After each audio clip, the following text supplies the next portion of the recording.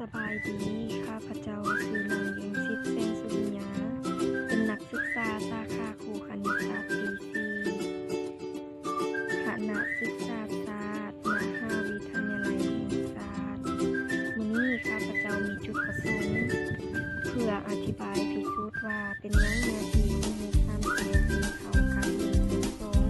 คูณพื้นคูณหลวงสูง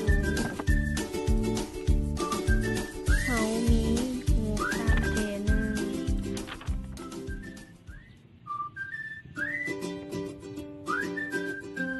มีพื้นซึ่งพื้นเฮาไม้ด้วยขีดเส้นสีเขียว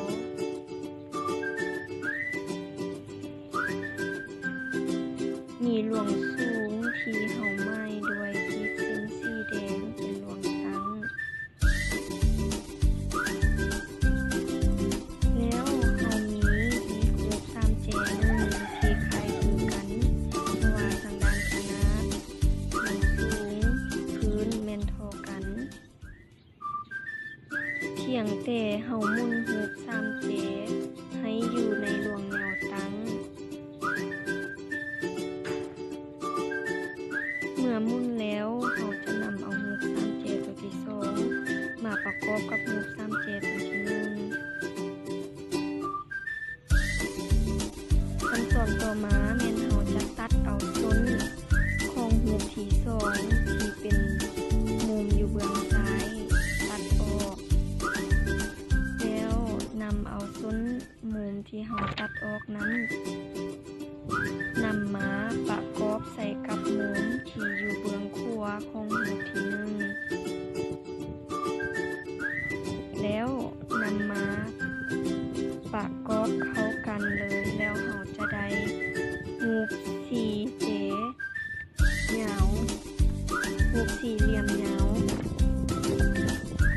ที่มีพื้นและหลวงสูง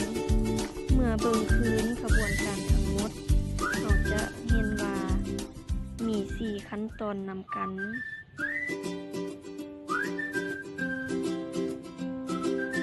มี4ขั้นตอนที่ประกอบเขาเป็นรูป4เจ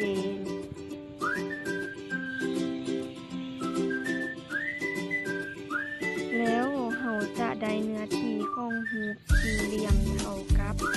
พื้นคูณหลวงสูง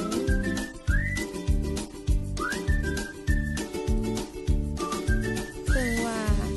เนื้อที่ของรูป4เจแม่นจะเท่ากับ2คูณให้เนื้อที่ของรูป3เจ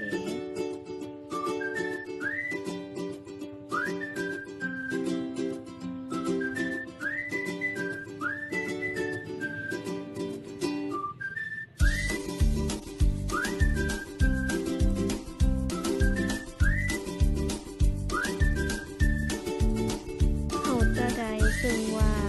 เนื้อที่ของรูป3เจแม่นจะเท่ากับ1/2คูณให้เนื้อที่ของรูป4เจเนื้อที่ของรูป3เจนึงแม่นจะเท่ากับ1/2คูณให้พื้นคูณหลวงสูงซึ่งเรารู้แล้วว่าเนื้อที่ของรูป3เจนี้จะเท่ากับ1/2คูณให้เนื้อที่ของรูป4เจแล้วเราจะได้เนื้อที่ของรูป3เจแม่นเท่ากับ1/2คูณให้พื้นคูณหลวงสูงแต่เราสามารถสรุปได้ว่าเนื้อที่ของรูป3เจเท่ากับ1/2คูณพื้นคูณให้หลวงสูงขอขอบใจ